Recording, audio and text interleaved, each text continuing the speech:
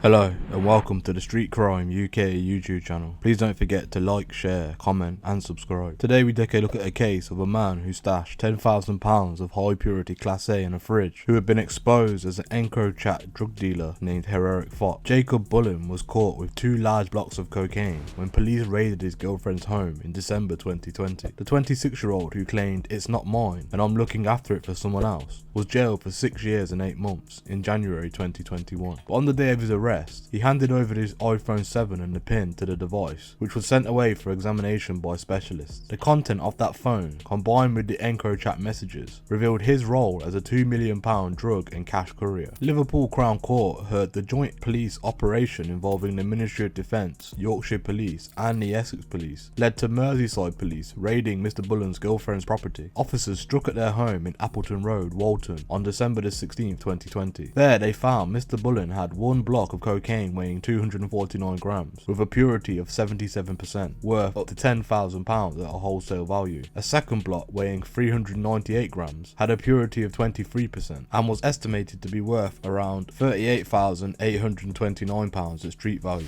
In January last year, Mr Bullen admitted possessing cocaine with intent to supply, plus breaching a suspended 16-month prison sentence imposed in July 2020 for dealing cannabis. A proceed of crime application hearing later saw £3,631 seized from him. Mr Bullen appeared in court via video link from prison, having admitted new charges of conspiracy to supply cocaine, heroin and cannabis. Keith Sutton, prosecuting, said detectives had accessed EncroChat messages, which were recovered from the secret phone network that was hacked in 2020. The messages show Mr Bullen's past dealing as Heroic Fox from April 4, 2020 to the 27th of May 2020. Mr Sutton said the data shows he was acting as a courier of kilogram amounts of cocaine, heroin and cannabis, and doing so on a regular basis. That was under the direction of another, who had links to serious organised crime groups. The court heard that this was a fellow EncroChat user, who went by the name of Bushturn. Mr Sutton said it was the prosecution's case that overwhelming evidence showed Mr Bullen was Heroic Fox, which was further supported by notes in his iPhone, where he had kept the record of some of, if not all of, the transactions he had in fact made between July 2018 and July 2020. He said the total value of those transactions came to over £2 million